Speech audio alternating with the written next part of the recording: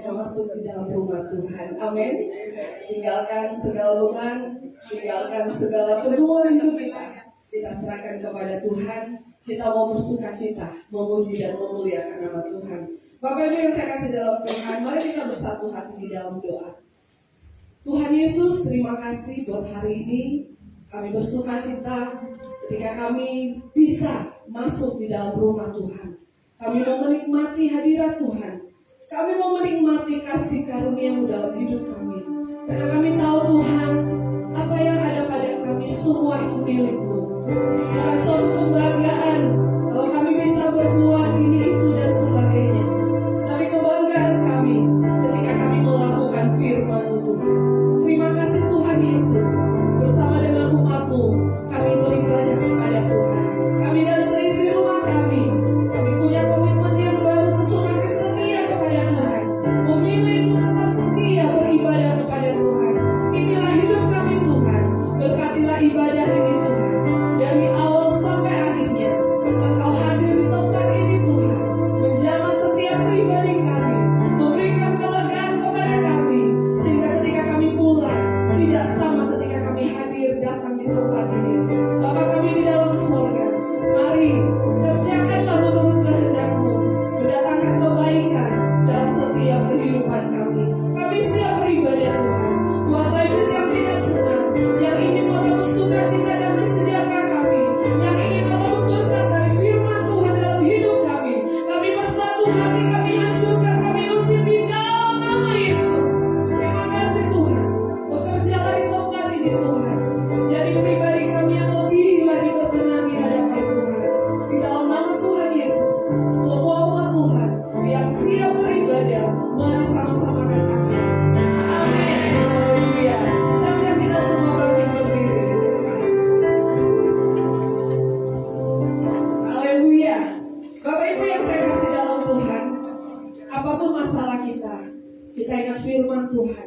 Jangan kamu khawatir, karena Bapa di sorga memelihara kehidupan kita. Amin. Bapak Ibu yang percaya kepada Tuhan, mari angkat tanganmu kepada Tuhan. Terima kasih Tuhan. Kita gak perlu khawatir. Amin. Mari kita memuji Tuhan dengan sukacita. Haleluya.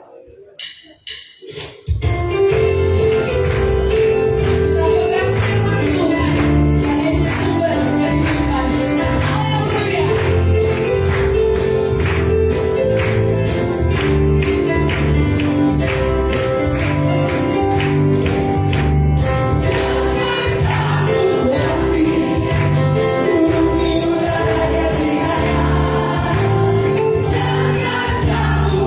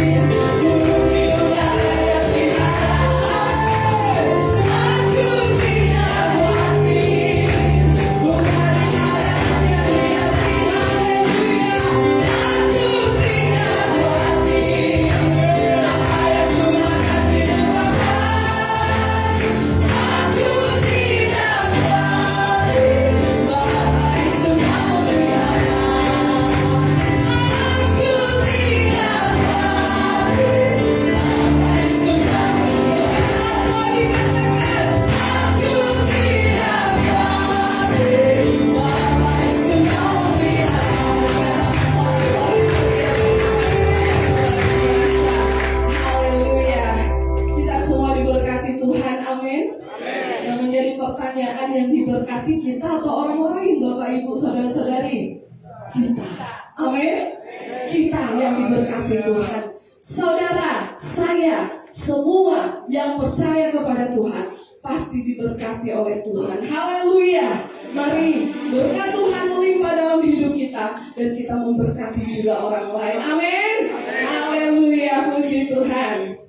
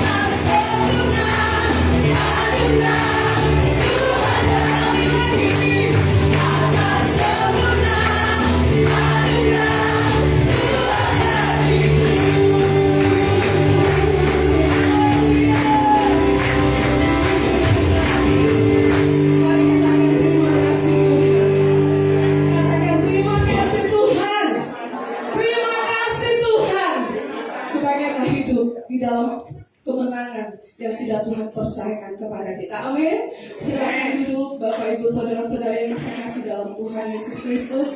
Mari kita lebih dalam lagi menyembah Tuhan. Tuhan sudah pasti memberkati hidup kita. Ketika kita hidup di dalam kebenaran, kita gak perlu khawatir. Allah beserta kita sampai pada akhir zaman. Mari kita mau lebih sungguh-sungguh lagi. Sebab itu kita lebih sungguh-sungguh lagi memuji, menyembah Dia. Dia layak terima pujian dan penyembahan kita. Haleluya.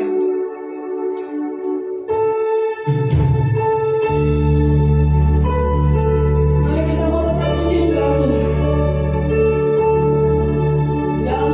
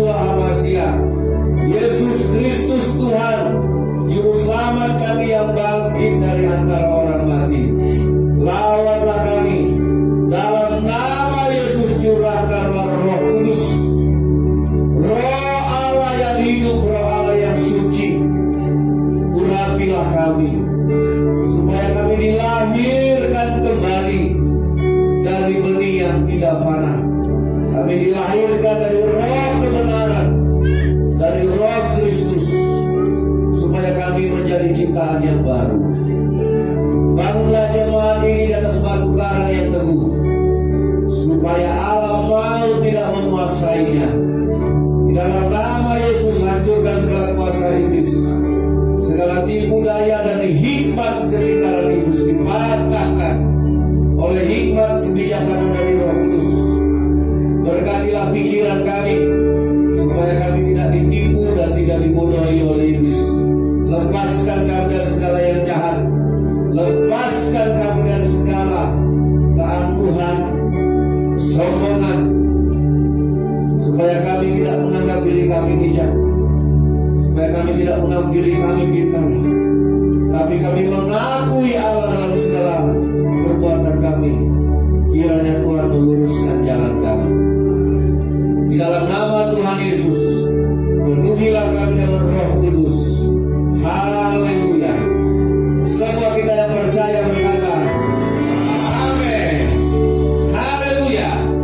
Selamat hari Minggu. Tuhan Yesus memberkati kita.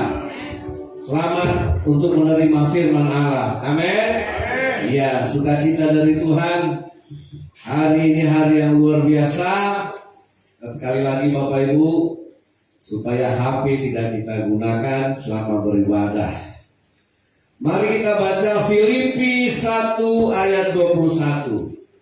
Tema firman Allah masih tentang kebangkitan Kristus. Ya, kita sekarang masuk dalam pengajaran kebangkitan yang ketiga yang saya sampaikan. Kita baca bersama-sama Filipi 1 ayat 21. Semua kita, jangan ada yang berdiam, keluarkan suara untuk membaca kitab. 1, 2, 3. Karena bagiku hidup adalah Kristus dan mati adalah keuntungan. Sekali lagi 2, 3. Karena bagiku hidup adalah Kristus dan mati adalah. Nah, kemarin ada seorang muslim yang mengatakan ini, namanya Arif Rasman Nasution. Kelebihan orang Kristen, kemampuan pemahaman, kemampuan ilmunya, kemampuan pengertiannya ada pada pengetahuan saudara. Kita jangan hanya tahu bagaimana cari duit, jangan hanya tahu bagaimana cari untung. Anak-anak, engkau jangan hanya tahu bagaimana engkau bersekolah pintar. Ya, orang Batak memang begigi mendidik anaknya untuk dapat gelar, untuk dapat pendidikan. Tapi saya melihat masih banyak yang tidak tahu firman. Karena kita tidak tahu kapan mati, bisa waktu TK, bisa waktu sekolah, bisa waktu ujian, bisa waktu SMP, bisa waktu SMA. Jadi apa yang saudara harus pahami dalam hidup ini? Karena kita tidak tahu kapan Tuhan panggil kita. Ada orang yang meninggal seminggu sebelum menikah. Ada orang meninggal sehari sebelum wisuda. Ya, dulu ada anak pendeta, teman saya di Pekanbaru, diterima di Sepron. Dia masukkan lamaran, diterima di Sepron. Begitu Sepron mengirim panggilan lewat telepon ke rumah, ke telepon Daniel ini, bukan Daniel sih namanya, abangnya yang Daniel. Pak, ya yang angkat bapaknya, ada si Anu, kenapa? Ini panggilan supaya dia datang besok ke Sepron untuk diterima bekerja. Bapaknya dengan lemes bilang, sudah dipanggil Tuhan. Nah, kita tidak tahu. Udah kuliah dia untuk dapat kerja di Sepron. Begitu diterima, dia duluan dipanggil Tuhan. Jadi saudara, hidup adalah Kristus dan mati adalah keuntungan. Kalau kita tidak punya pengertian, pemahaman, janganlah ilmu, janganlah iman dulu. Apakah saudara sudah bisa berkata mati adalah keuntungan? Secara pengetahuan aja dulu, secara pengetahuan saudara belajar, bandingkan dengan agama lain. Ya, dan banyak agama lain iri. Kenapa orang Kristen bisa berkata mati adalah keuntungan? Nah, kalau kita nggak tahu, jangan ikut-ikutan asal bunyi. Iya kan? Nah, mungkin masih sebuah tanda tanya besar. Apa maksudnya bahwa mati adalah keuntungan? Yang menulis ini adalah manusia biasa. Namanya Rasul Paulus. Ya, dia mati dengan dipenggal kepalanya di Roma. Dia dipenjara bertahun-tahun. Dia mengalami banyak penderitaan dan banyak aniaya. Sekalipun dia melewati banyak masalah, banyak siksaan, banyak aniaya, dia berkata hidup adalah Kristus. Saudara, adakah saudara paham walaupun banyak masalah dalam hidup kita, banyak menderita, banyak tekanan, banyak tantangan dalam hidup kita, masih bisa saudara berkata hidup adalah Kristus. Kita ditolak, kita gagal, kita susah, kita mengalami yang namanya musibah, bencana, masih bisakah saudara mengatakan hidup adalah Kristus? Nah, saudara, Rasul Paulus mengalami banyak masalah, bahkan aniaya yang begitu berat. Dia berkata hidup adalah Kristus. Kalau kita menemukan arti bahwa hidup adalah Kristus, maka saudara akan paham mati adalah keuntungan. Nah, yang mau saya jelaskan hari ini adalah mati adalah keuntungan. Kok bisa? Kok bisa seorang Rasul Paulus yang mati dengan dipenjara dan mati dengan dipenggal, dia berkata mati adalah keuntungan. Saudara boleh baca di Alkitab manapun. Jadi bagi orang Kristen mati bukan musibah. Kalau belum tahu ya maklum aja. Kalau belum paham ya maklum aja. Jadi saudara, ada yang sudah paham atau masih ketakutan dengan yang namanya maut? Maut adalah produknya iblis. Pada mulanya Allah menciptakan manusia bukan untuk mati, tapi untuk hidup yang kekal. Maut itu ada karena dosa. Dosa ada karena iblis. Jadi iblis membuat manusia berdosa, dan upah dosa adalah maut. Termasuk Yesus juga mengalami yang namanya mati. Nah, kematian adalah keuntungan karena saudara buka dalam 1 Korintus pasal yang ke-15.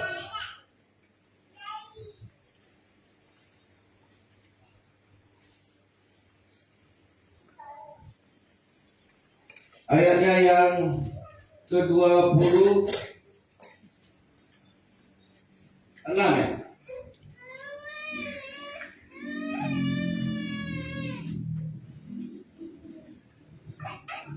1 Korintus pasal yang ke-15 ayat yang ke-26. Ayo kita baca. 1, 2, 3. Musuh maut. Musuh yang terakhir yang dibinasakan adalah maut. Langsung masih 1 Korintus 15 ayatnya yang ke-55. Ayo kita baca lagi. 1 Korintus 15 ayat yang ke-55. 1, 2, 3. Hai maut, di manakah kemenanganmu? Hai maut, di manakah sengatmu? Terus sengat. Nah, saudara, maut sudah dikalahkan. Nah, di mana dikalahkan? Ketika Yesus bangkit, itu bukti maut sudah dikalahkan. Ketika Yesus bangkit, itu maut, sengat maut kuasa maut, kekuatan maut, kerajaan maut sudah dikalahkan.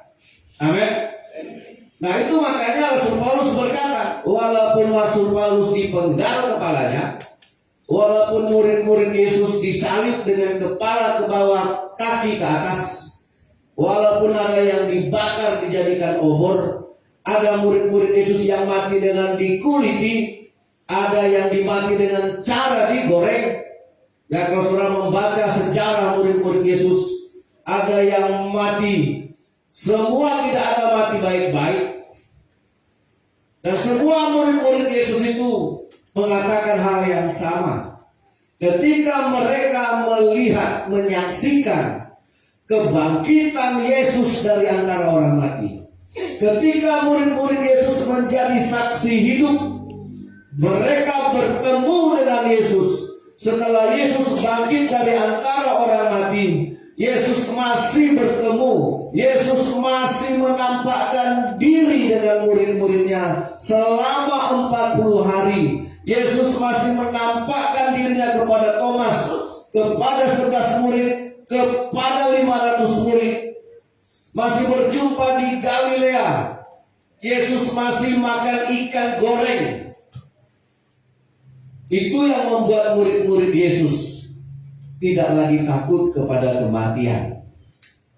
Saudara yang dikasihi oleh Tuhan, kebangkitan itu membuat terbuka pikiran mereka tentang kitab suci, bahwa Yesus berkata, aku tidak ada di antara orang mati. Saudara, buka Matius pasal 16. Ya, nah inilah rencana Tuhan buat gerejanya. Nah, Matius pasal yang ke-16.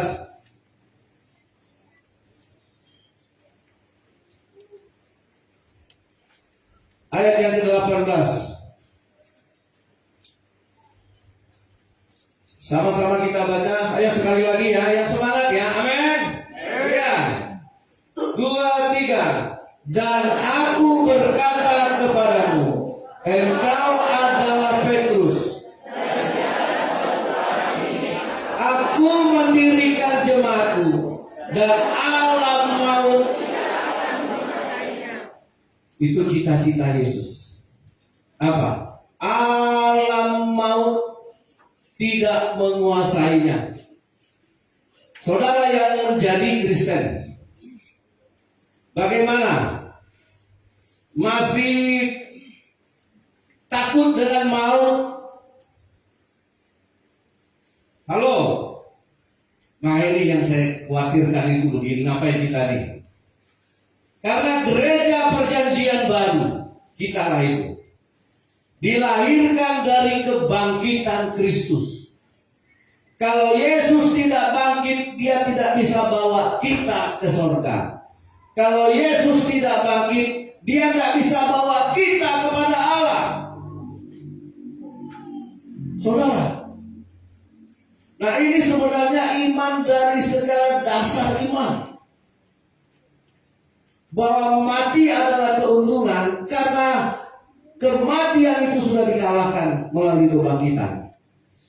Bahwa maut itu sudah dihancurkan dan maut tidak lagi berkuasa. Dan Yesus mendirikan gerejanya. Yesus membangun umatnya di atas batu karang yang teguh, supaya alam maut tidak menguasai. Di atas dasar Yesus Kristus sebagai batu karang yang teguh. Saya dulu ingat sebuah kisah ketika kapal perang Inggris menuju Malvinas. Waktu itu berperang Inggris dengan Malvinas, dengan Argentina memperebutkan kepulauan Falkland atau Malvinas. Bukan naik Malvinas ya, yang lawa-lawa itu. Nah itu di Pulau Samosir aja lagi.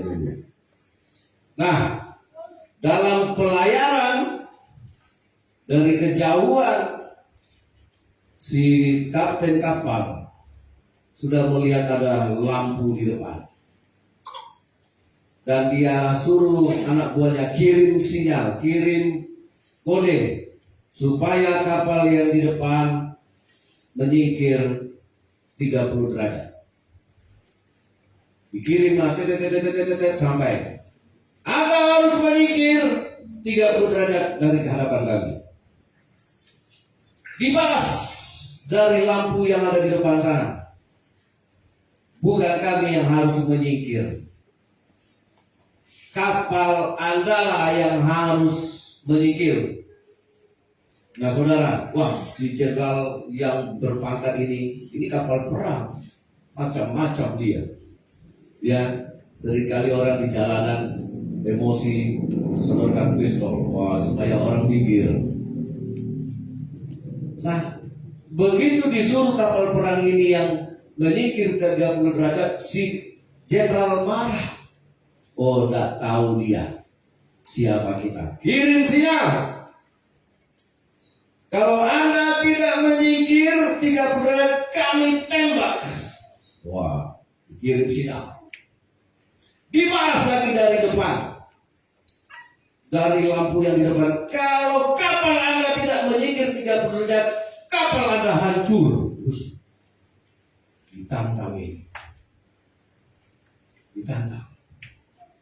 Emosi dia. Bilang, kirim. Ini kapal perang. Wah, supaya ketakutan. Iya kan? Saudara, datang balasan dari depan. Ini mercusuar.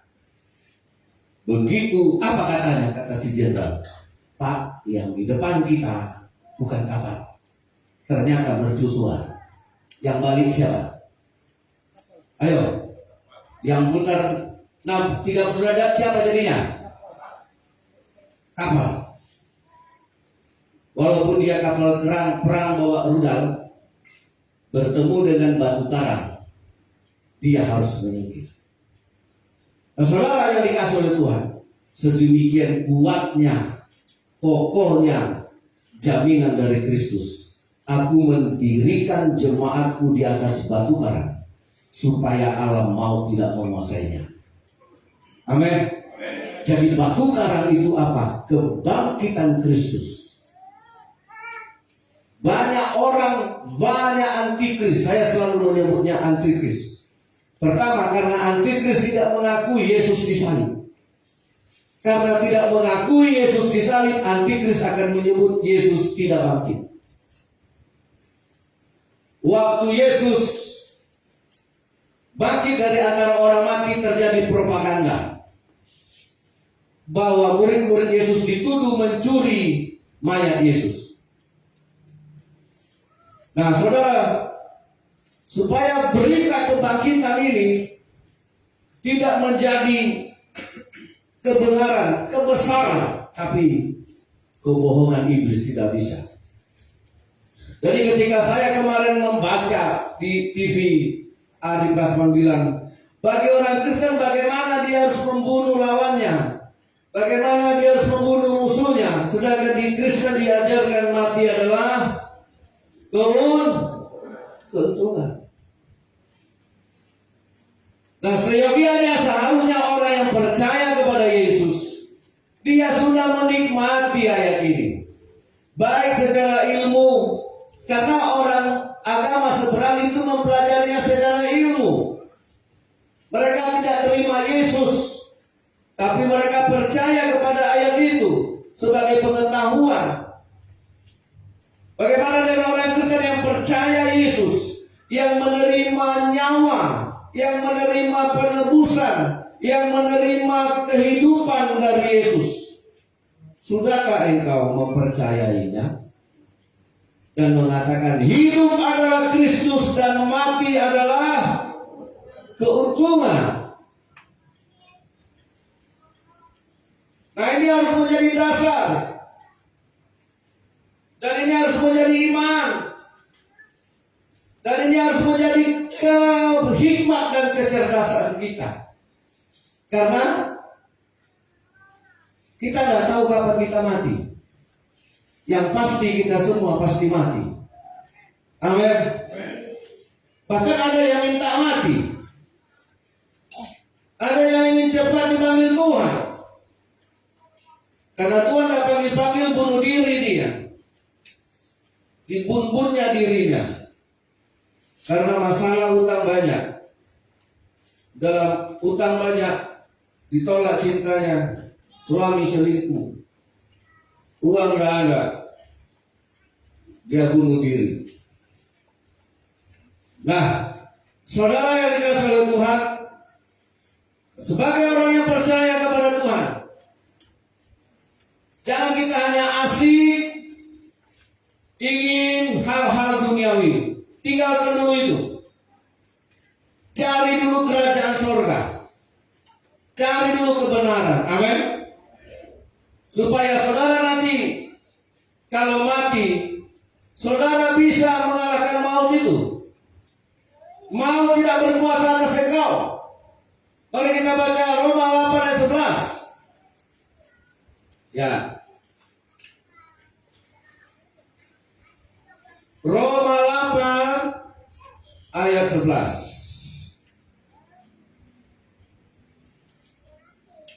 Ayo semuanya ya, saudara, kalau sudah mau catat sebenarnya lebih baik.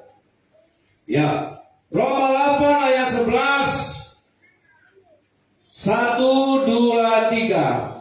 Dan jika roh Dia yang telah membangkitkan Yesus dari antara orang mati diam di dalam kamu, maka Ia yang telah membangkitkan Kristus Yesus dari antara orang mati akan menghidupkan juga tubuhmu yang fana itu, yang diam di dalam kamu. Roh yang membangkitkan Yesus ketika Yesus mati, itulah roh yang seharusnya diam di dalam kamu. Jadi jangan hanya ngotot minta uang, harta, berkat, tapi engkau tidak pernah minta roh Allah. Kita hanya menghabiskan doa, kita minta berhasil, minta pintar, kita minta jabatan, kita minta dilindungi dari mara bahaya. Ayo, apakah kekayaanmu bisa membangunkan engkau dari kematian? Walaupun itu Tuhan yang ngasih, bermiliar-miliar Tuhan kasih. Ada? Nah, makanya saudara lihat di dalam kitab Lukas 11 ya. Nah, saya ingat ayat ini benar. Ya, manusia itu kadang-kadang hanya asik minta kebutuhan jasmani. Lukas 11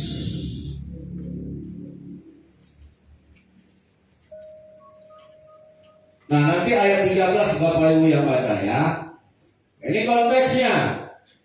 Perhatikan, Bapak manakah di antara kamu, jika anaknya minta ikan daripadanya, akan memberi ular kepada anaknya itu ganti ikan? Ayat 12. Atau jika ia minta telur, akan memberikan kepadanya kalajengking? Silakan Bapak Ibu.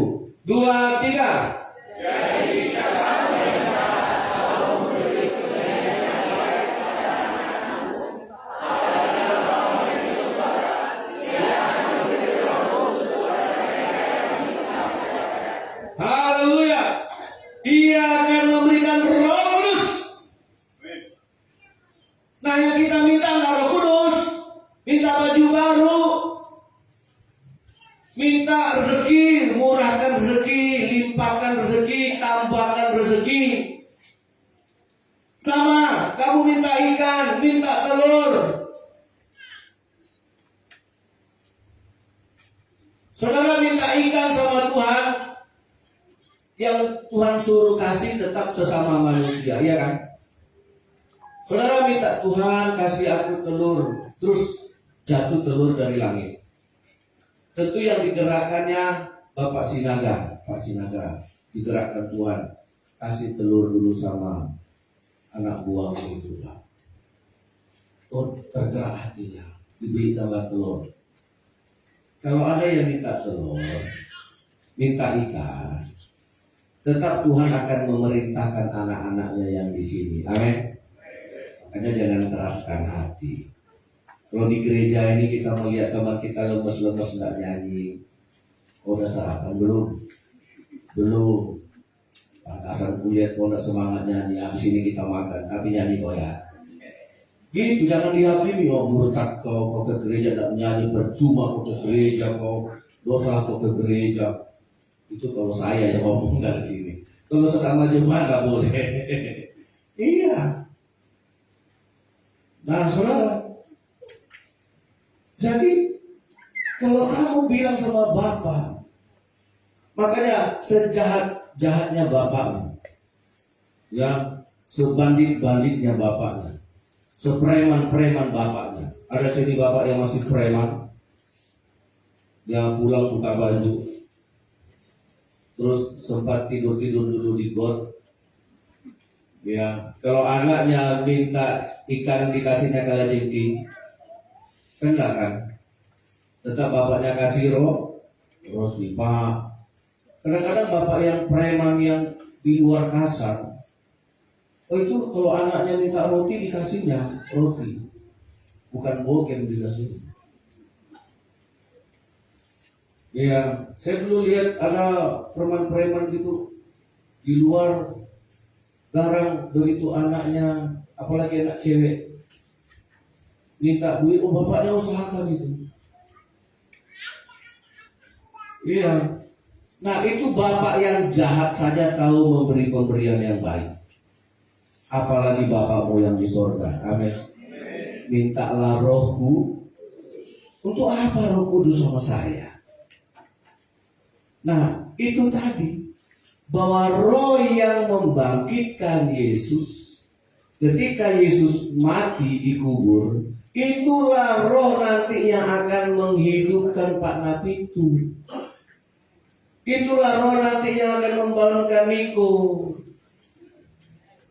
Kalau sekarang saudara ketiduran di kamar, mau sekolah atau mau kantor, yang bangunkan istri, bangun Pak, bangun. Utang kita banyak, ayo kerja. Ya, rokok aja 2 bungkus. Masih ada istri yang bangunin, walaupun saudara marahi. Ya, anak-anak siapa yang masih dibangunin? Atau di bangunan? Nah, nanti kalau saudara tidur di kuburan, siapa yang bangunin? Istri saudara lupa, kenapa cepat kau pergi? Kenapa gak dari dulu?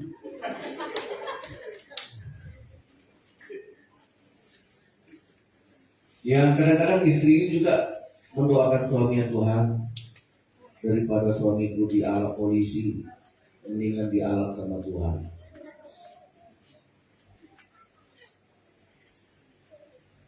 Ya,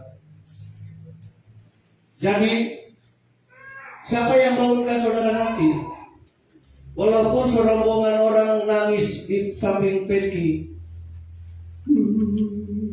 bapakku ini paling baik. Walaupun selama hidupnya emang begitu kita. Waktu hidup bertengkar, dicari-cari salahnya. Waktu hidup ribut suami istri, yang dicari apanya? Kesalahannya, ya kan? Nggak ngaku ya? Ngaku nggak? Setelah meninggal, yang dicari apanya? Baik bapak kalian ini sebenarnya baik, ini hatinya dinyanyikannya pula itu. Iya. Bapaknya senyum.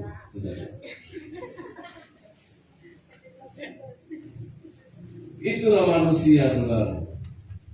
Ya, yang itu pun gak akan buat saudara bangun. Yang menghidupkan saudara nanti adalah roh Allah. Makanya di ayat ini dikatakan, kenapa kamu hanya asik, sibuk minta, sehingga banyak, saking seringnya orang Kristen minta kebutuhan jasmaninya, saking seringnya orang Kristen minta kebutuhan duniawinya, keperluan sekolahnya, keperluan rumah tangganya, ekonominya, sampai dia lupa minta Roh Kudus, sehingga ketika mati dia bingung. Dan orang Kristen tidak akan pernah menemukan arti mati itu keuntungan. Saudara,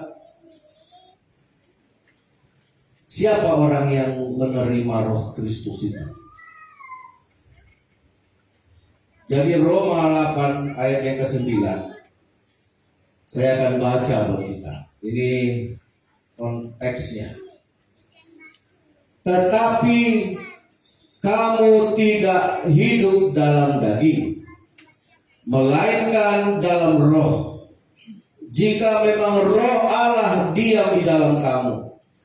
Tetapi jika orang tidak memiliki Roh Kristus, ia bukan milik Kristus. Engkau bisa percaya kepada Kristus, tapi engkau belum tentu milik Kristus. Ingat itu. Jadi kepercayaan saudara bukan harga mati saudara memiliki. Bisa semua orang percaya kepada Yesus, tapi belum tentu semua orang yang percaya memiliki Roh Kristus. Karena orang yang memiliki Roh Kristus, dia akan disebut milik Kristus. Amin. Jadi kepada orang yang menjadi milik Kristus itulah Kristus akan bersaksi. Kristus akan menyatakan kepada Bapa di penghakiman nanti. Di alam kematian itu Yesus akan berkata, ini punya saya. Pak Sri Tonga ini milik saya. Mau apa kau?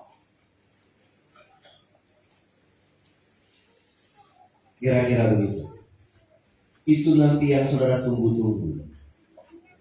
Tapi ketika dilihatnya ulun mati, terus Yesus bilang, gayanya ada pendeta. Terus Yesus bilang, aku tidak kenal. Pada akhir zaman banyak orang berseru-seru demi nama Tuhan. Banyak orang memanggil-manggil nama Tuhan. Tetapi apa kata Yesus? Aku tidak kenal Saudara masih punya teologi yang begini kan? Apa itu? Nanti kalau kita udah masuk selang di hidung, masuk selang di mulut, udah masuk keteter, udah situ kau panggil Yesus, Yesus, Yesus, Horo, juru selamatku, Tuhan selamatkan aku, amin, amin ya Rabbil Alamin. Terus pakai gaya yang seperti. Siapa yang pernah mempercayai? Terus dia selamat? Halo? Selamat? Selamat gak orang kayak gini? Nanti udah kejar-kejar. Pak, sadar, ikuti doa ya. Tuhan Yesus, ampuni dosa Bapak, ampuni dosa Bapak. Tuhan Yesus, selamatkan Bapak. Tuhan Yesus, selamatkan Bapak. Wah, datang pendeta, dia sudah diselamatkan. Kenapa? Sebelum meninggal, dia sempat memanggil nama Tuhan. Terus akan saya bilang sama pendeta, hei pendeta, emangnya kau yang punya surga? Itu pendeta ngomong kosong aja supaya menghibur. Jangan percaya sama pendeta. Kalaupun pendeta ngomong gitu karena dia tidak tega menyakiti hatimu. Makanya sebelum terjadi hari H itu, hari apa? Hari H itu, perbaiki teologi kita. Bahwa orang yang ngaku-ngaku, bahwa orang yang teriak-teriak panggil nama Tuhan, Tuhan akan jawab, aku tidak kenal engkau. Baca saudara Matius. Jadi yang dikenal Tuhan bukan yang berseru, tapi yang memiliki Roh Allah. Sudah tahu di mana ayatnya? Matius 7 ayat 23 ya. 23, 22, 23. Nah, bacalah Bapak Ibu semua ya. 1, 2, 3.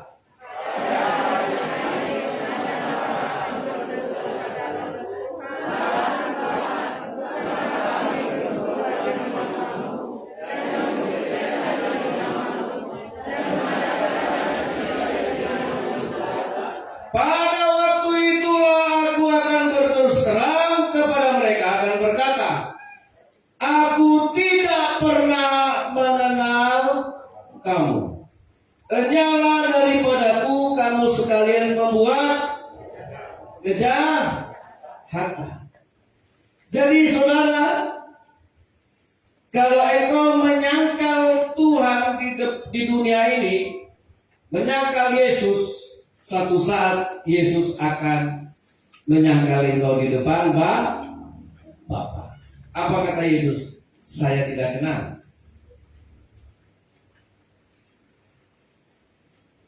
Ayo, Matius 10:33.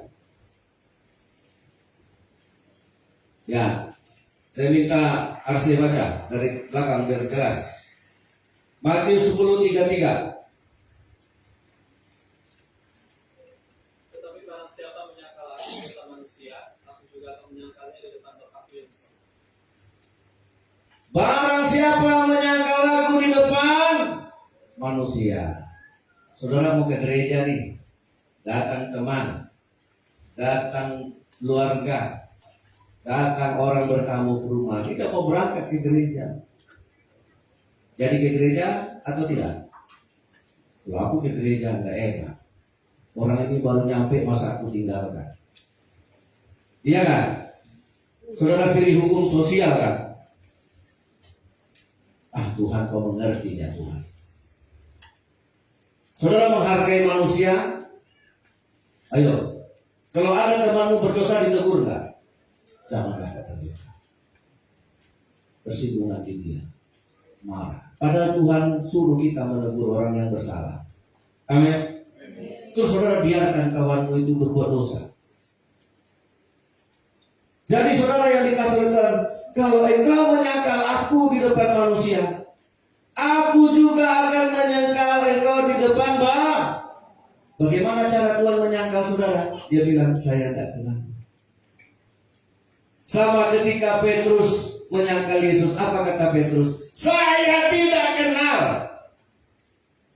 3 kali orang bertanya, bukankah engkau murid dari orang yang sedang dihukum itu? Dia bilang, siapa dia? Aku nggak kenal. Tapi puji Tuhan, Petrus itu masih bertobat.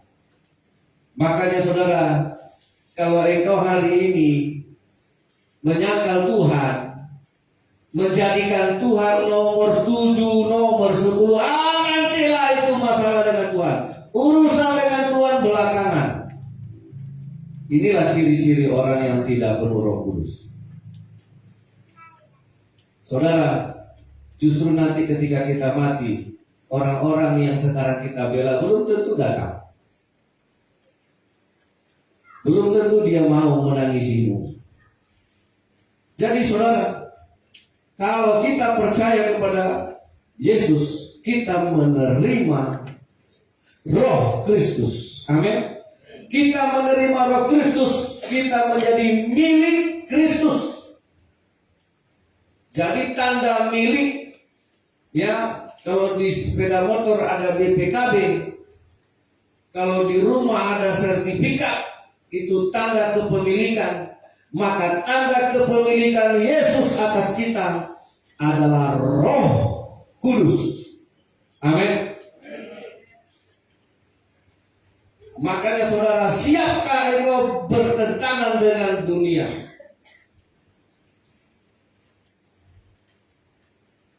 Karena orang yang dipenuhi Roh Kudus akan memikirkan hal-hal yang dari Roh, akan memikirkan kerajaan sorga, bukan memikirkan hal yang dari daging. Kalau kamu dibangkitkan bersama Kristus, pikirkanlah perkara yang di atas. Nah, saya sampai pada segmen akhir khotbah saya. Kalau memang kita dipenuhi Roh Kudus, mari kita baca dulu Roma 8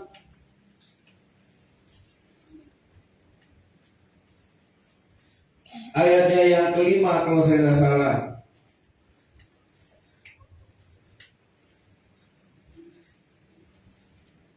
Dan ayat yang ke-6. Roma 8 ayat yang kelima dan ayat yang ke-6. Sebab mereka yang hidup menurut daging memikirkan hal-hal yang dari daging. Ya, mereka yang hidup menurut Roh memikirkan hal-hal yang dari roh. Makanya yang sudah utamakan rohanimu atau dagingmu. Saudara, ini yang jelas, ini sangat jelas. Sebab mereka yang hidup menurut daging, makanya banyak orang khawatir datang kepada Yesus hanya mengkhawatirkan masalah daging. Berdoa kepada Tuhan yang dia minta masalah daging, masalah jasmani, masalah ekonomi, semua dipenuhi dengan kebutuhan-kebutuhan. Padahal yang Tuhan inginkan, kalau kamu hidup menurut roh, engkau harus memikirkan hal-hal yang dari roh.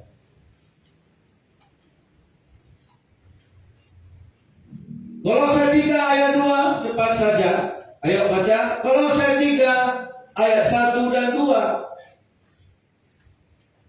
Nah, begini firman Tuhan, karena itu, kalau kamu dibangkitkan bersama dengan Kristus, carilah perkara yang di atas. Di mana? Di mana Kristus ada, duduk di sebelah kanan Allah. Pikirkanlah perkara yang di atas, bukan yang di bumi. Amin. Inilah orang-orang yang penuh Roh Kudus. Roh yang kita terima dari kebangkitan Kristus. Roh yang kita dapati dari kebangkitan Kristus.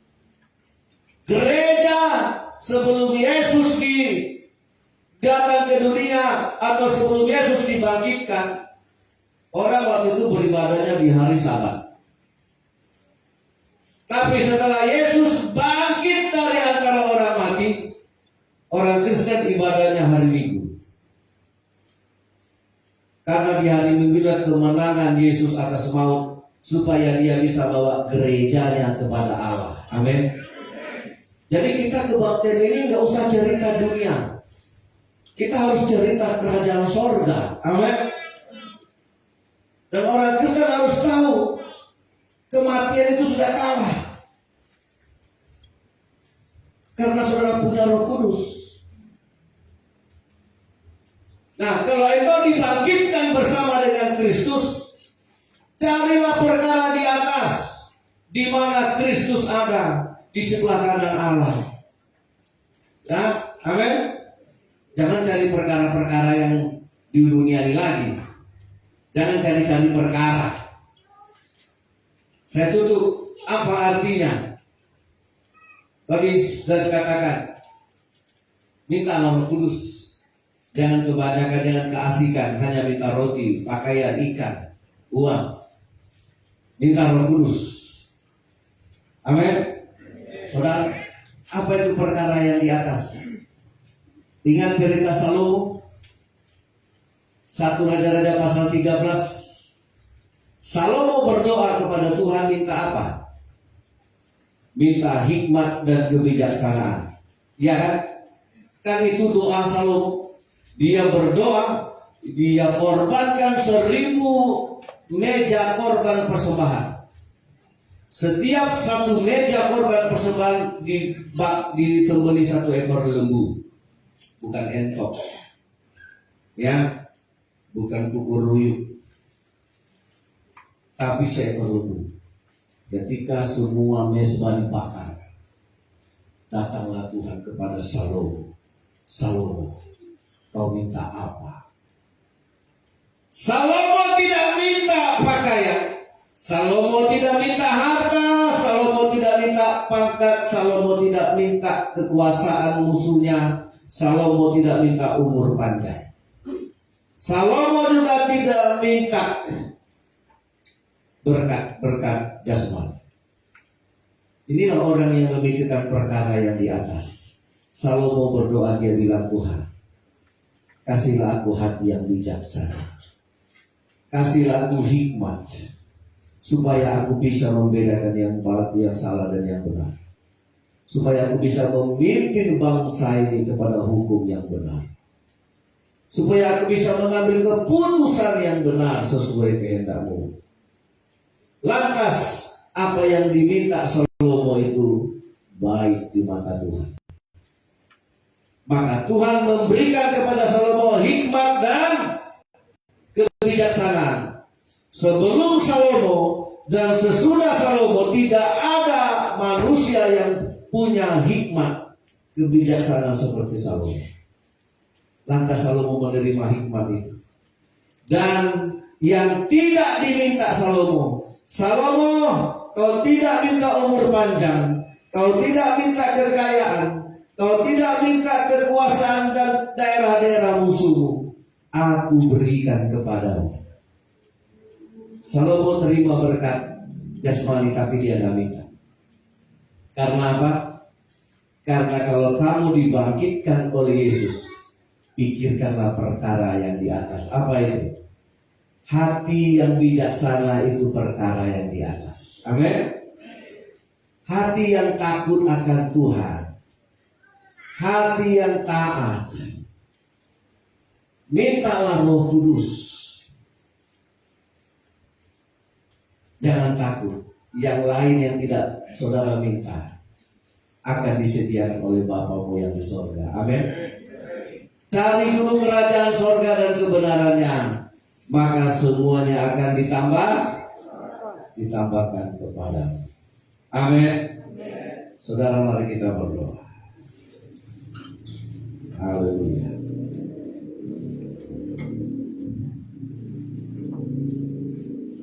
Kita nyanyikan pujian, ku menyembah dalam kudus hadirat. Saudara, maut sudah dikalahkan. Hai maut, di manakah senangmu? Makanya orang Kristen mengerti hidup adalah Kristus dan mati adalah Tuhan.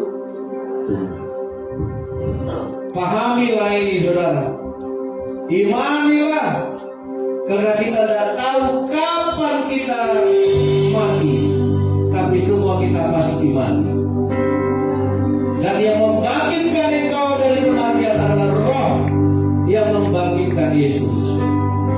Kalau engkau berdoa hari ini, jangan minta ikan, jangan minta roti, minta Roh Kudus. Semuanya datang kepada Tuhan. Haleluya.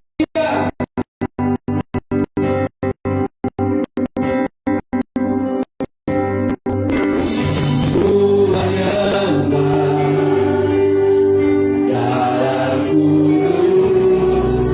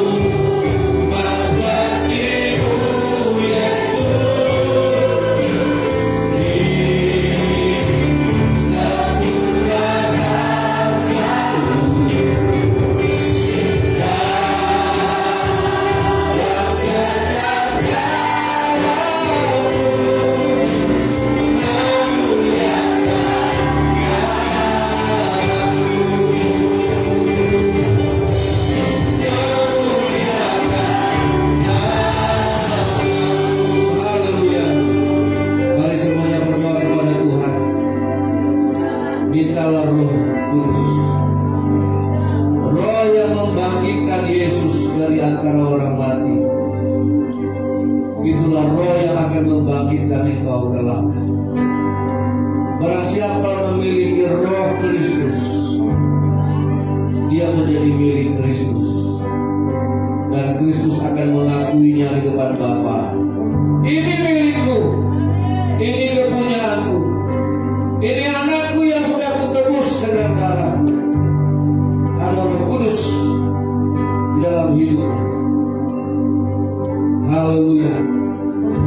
Saudara minta Roh Kudus hari ini.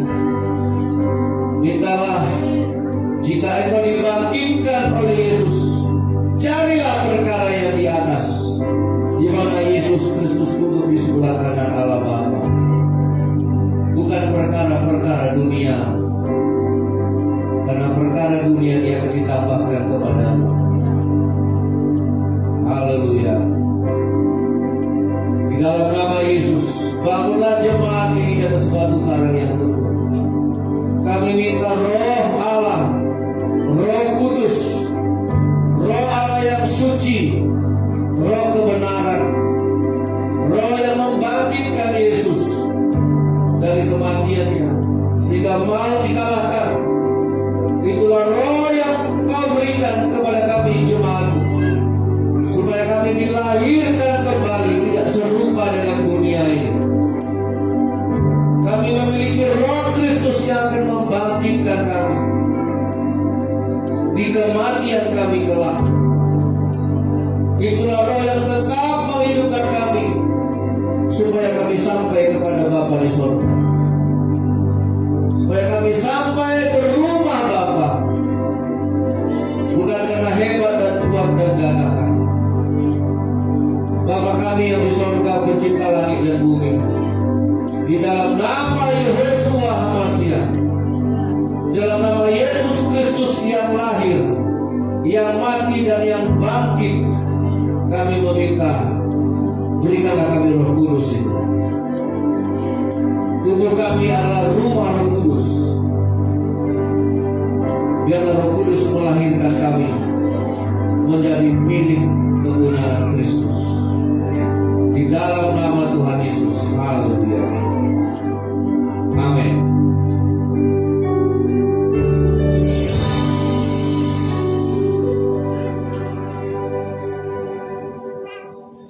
Baik Bapak Ibu, sebelum kita melanjutkan persembahan, saya akan mengadakan doa penyerahan anak kepada keluarga yang akan menyerahkan anak. Saya akan menyampaikan firman Tuhan secara khusus bagi yang menyerahkan anaknya. Dengarkanlah firman ini dan bagi kita semua, Bapak Ibu, karena firman Tuhan ini, kebenaran ini untuk kita semua.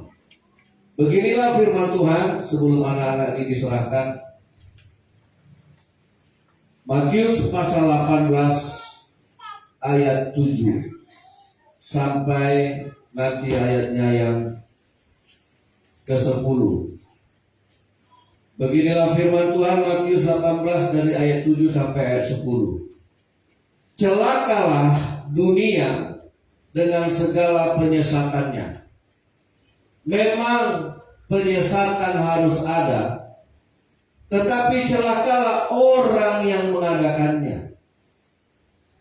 Jika tanganmu atau kakimu menyesatkan engkau, penggalah dan buanglah itu, karena lebih baik bagimu masuk ke dalam hidup dengan tangan kudung atau timpang daripada dengan utuh kedua tangan dan kakimu dicampakkan ke dalam api kekal.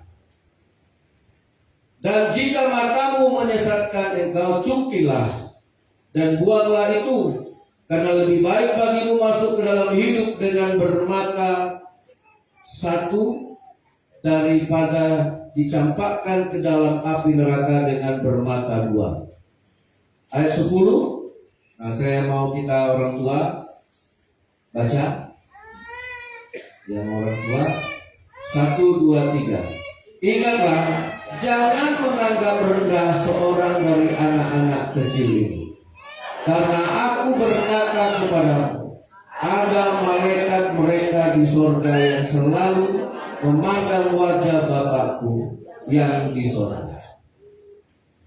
Negara pertama yang menghargai pendidikan anak kecil adalah Jerman.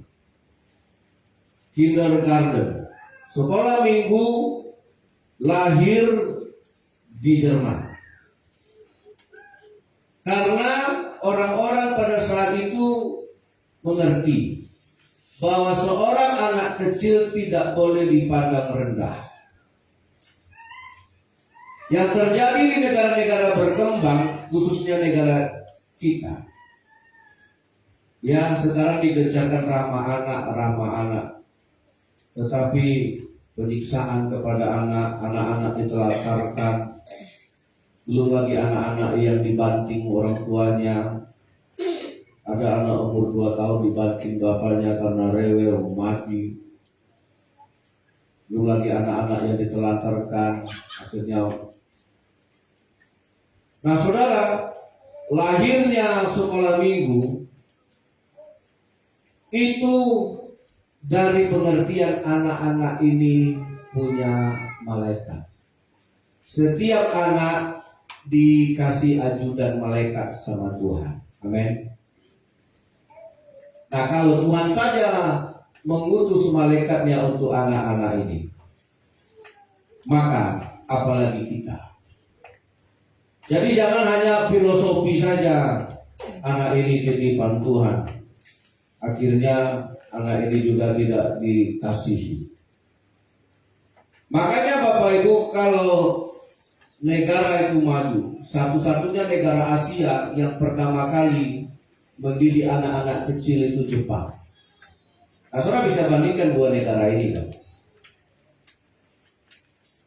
Ya, dibandingkan negara lain. Jadi jangan bangga saudara anaknya bisa kuliah tapi sekolah minggu tidak pernah. Jangan bangga juga dulu. Ya, karena tadi ada penyesatan. Ada apa? Ada penyesatan. Ada anak gubernur di Papua kuliah di Semarang mati dibunuh. Lagi kuliah. Nah saudara, jadi kalau dari sekolah minggu dia tidak kenal Tuhan, dia tidak memiliki pengenalan, pengertian akan Tuhan. Bagaimana malaikat itu bisa bertahan? Oke, saudara bilang jauh. Sekolah minggu memang program gereja, tapi mendidik anak kita untuk mengenal Tuhan itu tanggung jawab orang tua. Amin. Ya, kalau tak usah punya anak. Nah itu kasar kali kan. Halo bapak-bapak dengar, ibu. Ya, banyak orang ini anaknya sekolah tinggi kan. Oh anakku sarjana dipajang lah, wisudanya di rumah. Oh ini S1 di sini, S2 di sini. Kalau dia tidak memiliki pengenalan dan takut akan Tuhan, sia. Makanya kayak Jerman dan Jepang, mereka tidak pernah bikin marga lagi. Tidak pernah bikin foto wisuda di rumah. Gelar sarjana, S2, S3, ada nggak? Saudara lihat? Nggak ada kan? Karena yang dinilai dari seseorang adalah buahnya. Makanya anak-anak di Jepang itu dari kecil nyebrang jalan. Begitu ada mobil berhenti, karena orang sana kan patu-patu, nggak kayak kita. Lihatnya lampu kuning, bukannya direm, digas. Maksud saya. Ya, nah kalau jumpa zebra cross, dia zebra. Mobil-mobil berhenti, terus anak itu sampai di pinggir jalan. Ya, begitu mereka turun dari bus, anak-anak sana kan sekolah naik bus. Begitu turun dari bus, mereka pergi ke depan pintu supir. Itu anak-anak dari negara maju. Terus orang Indonesia mengeluh anak-anak sekarang beda. Ya karena kenapa beda? Tidak dididik. Kita biarkan HP yang mendidiknya.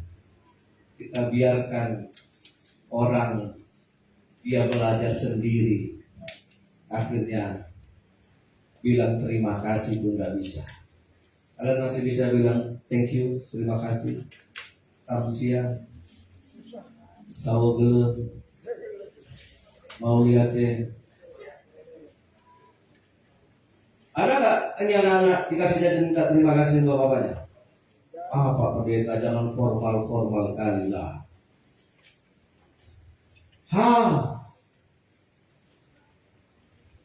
Kan kewajiban orang tua membesarkan anaknya Pak Pendeta. Nanti saudara tunggu jawaban itu. Tapi terlambat.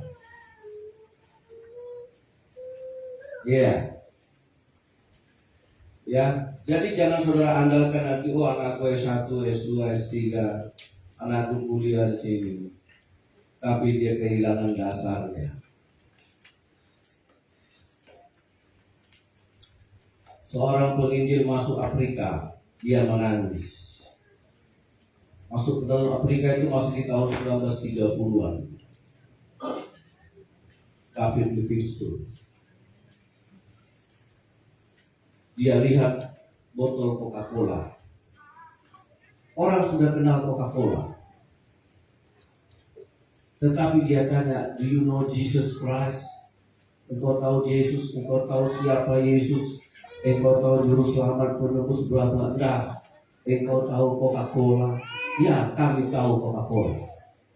Orang itu lebih kenal Coca-Cola daripada Yesus. Apa yang saya maksudkan? Bapak Ibu, mana yang lebih dulu dikenal anak kita? Indomie, Supermi, atau Yesus? Mana yang dulu dikenal masuk ke memorinya? Uang, apalagi sekarang HP.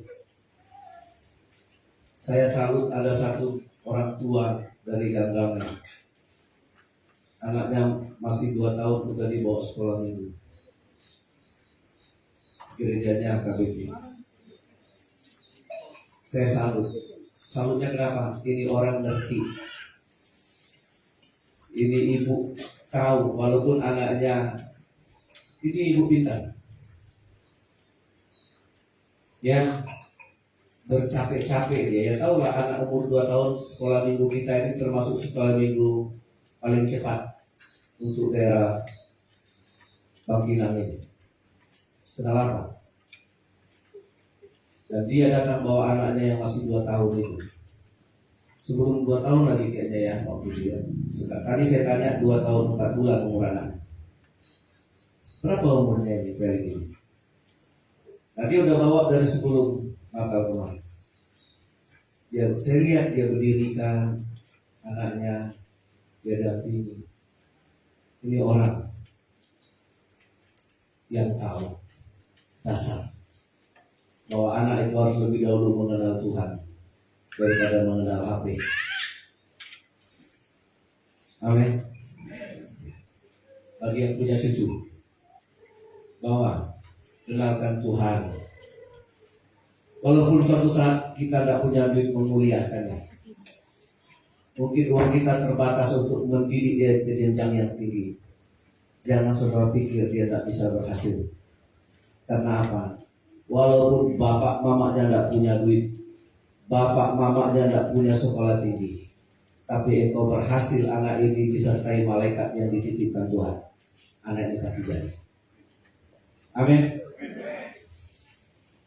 Karena ada malaikat di sorga diberikan Tuhan kepada setiap anak yang lahir. Nah, bagaimana malaikat ini membawa dia ke masa depan yang cerah dan penuh harapan? Amin. Yang dilawan apa? Penyesatan. HP penyesatan. Uang penyesatan. Artinya apa? Bisa menjauhkan seseorang dari Tuhan. Ayo yang mau niat nikah, Ya, kalau mau punya anak, tolong baca Alkitab. Ya, pahami dulu, baru punya. Milikilah kemampuan untuk memperkenalkan Tuhan kepada anak yang lain. Amin. Kita ini kan korbannya ini semua. Mungkin tidak semua, maaf. Ya. Tapi kebanyakan kita lebih dulu kenal lapet daripada Tuhan Yesus. Lebih dulu kenal susu, cucu, daripada jajan, daripada Tuhan Yesus. Uang. Tapi tidak apa-apa. Masih ada firman untuk membuat kita berbalik. Kembalilah ke jalan yang benar. Amin. Ya. Oh, yang amin adalah orang tua. Tidak dengar. Amin. Oh, nanti anak ini besar. Sekarang bawa dia kepada Tuhan. Oh, nanti dia kami kuliahkan di Harvard. Ya, itu Nadiem Makarim kuliah di Harvard. Dulu ada orang Batak yang kuliah di Inggris yang pintar itu, yang membunuh 23 orang. Jago. Kuliah di Inggris, punya ilmu tinggi, bisa dia bunuh 23 orang. Kala Allah Banggabean, ya Allah preman besar Nero,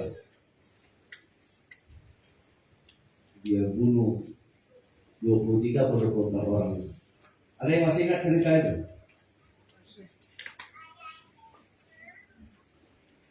Barusan ada Nathanael Simanungkali dulu yang bunuh marga Xiongli.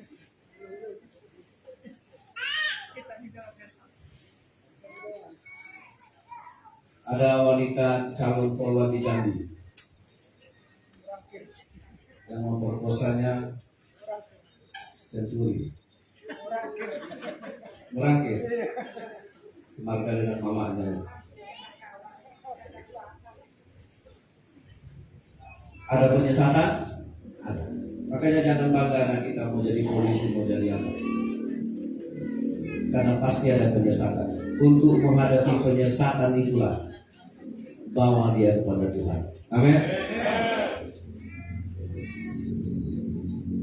Dan orang tua harus mengawal supaya hidup anaknya ini dari kecil, malaikat yang pernah dititipkan Tuhan jangan sampai meninggalkan dia. Amin, Bapak-bapak. Ya, jadilah bahwa ajarkan anaknya Alkitab firman Tuhan di rumah. Ajak anaknya berdoa. Amin, Bapak-bapak, koridor Pak Sendiri ini tulang saya. Tidak apa-apa lah saya tegur sekali ini ya. Nanti di luar persoalan lain. Ya. Ajarkan dia, kenalkan dia sama Tuhan. Amin. Saya minta kedua orang tua berdiri. Kita nyanyikan pujian Aku Berserah, Aku Berserah. Saya panggil ini dulu Ian Alvaro sendiri.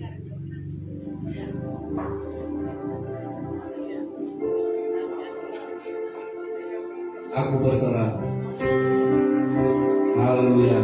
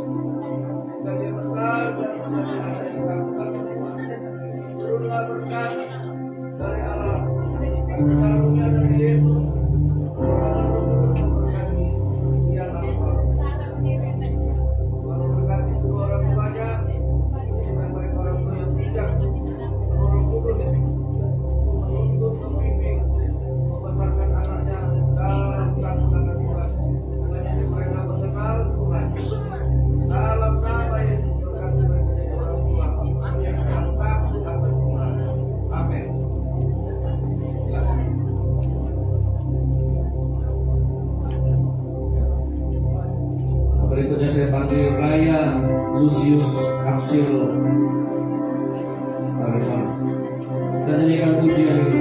Aku berserah.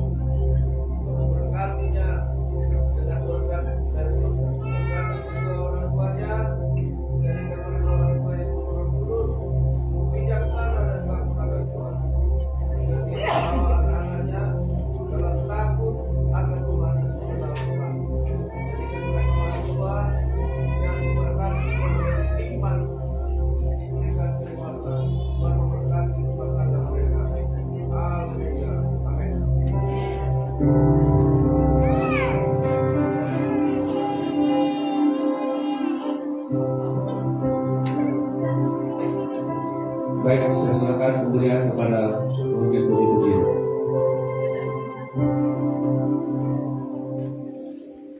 Puji Tuhan, kita sudah diberkati dengan firman Tuhan. Mari kita menjadi anak-anak Tuhan yang bukan mendengar saja, tapi kita melakukan firman Tuhan yang sudah kita dengar. Bapak Ibu yang saya kasih dalam Tuhan, mari kita tidak lupa untuk tetap mengembalikan yang menjadi bagian Tuhan dalam hidup kita sebagai bukti ketaatan kita kepada Tuhan. Amin Bapak Ibu, mari kita berdoa. Bapa kami di dalam sorga, terima kasih kami bisa menikmati kebaikan-kebaikan Tuhan dalam hidup kami. Kami masih bisa menikmati, duduk bersama, menikmati firman-Mu yang mengajar dan mendidik kami di dalam jalan yang benar. Tuhan, kami tahu hidup kami tidak ada apa-apanya tanpa Tuhan.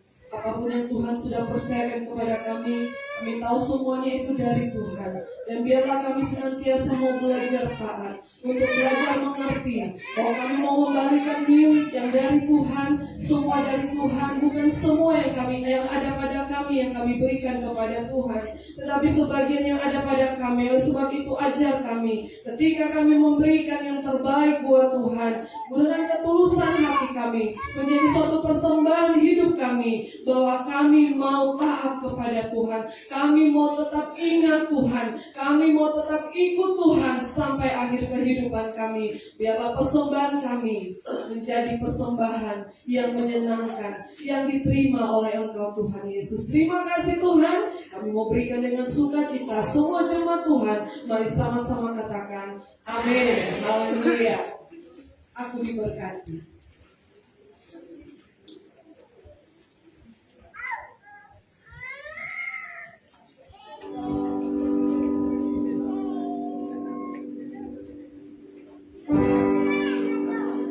Haleluya.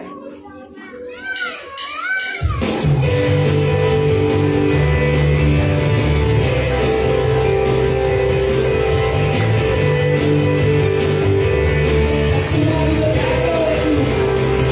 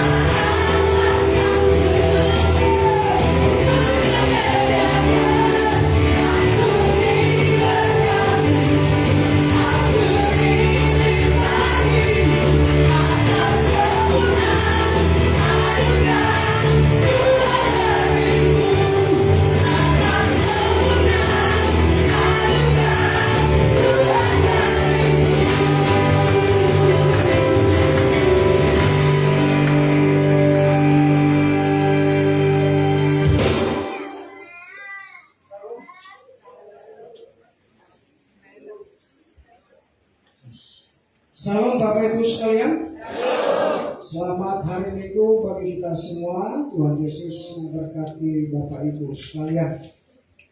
Bapak Ibu yang kasih selamat Tuhan, tentu kita pada siang hari ini diberkati oleh kebenaran firman Tuhan. Bapak Ibu, kita adalah seorang yang beruntung. Kiranya firman ini menjadi berkat bagi kita semua. Amin. Ya. Dan Tuhan memakai hambanya ditopang untuk memberitakan firman Tuhan di Kota Bangkinang sampai ke pos pelayanan, khusus di gereja kita ini. Dan kami sampaikan juga Bapak Ibu, selamat datang dan selamat beribadah bagi kita semua. Inilah gereja kita, Gereja Pantekosta Isa Masih Kristus Jawaban Bangkinang. Dan apabila ada di antara saudara-saudara kami, Bapak Ibu, yang baru pertama kali hadir beribadah di tempat ini, kami persilakan untuk berdiri di tempat supaya kita saling mengenal dan saling berdoakan. Ada lagi? Masih berdiri Bu? Kita berdiri Bu? Belum dilihat wajah Ibu? Ini Ibu ini. Silakan berikan. Ya, silakan duduk Ibu, silakan duduk. Ya Ibu, dan inilah gereja kita Ibu, satu-satunya di gereja di Kota Bangkinang. Jadi kami berharap supaya Ibu tetap selalu bergabung dengan kita untuk beribadah di tempat ini. Baiklah Bapak Ibu sekalian, saya akan membacakan pengumuman bagi kita semua pada hari Minggu tanggal 19 April 2024.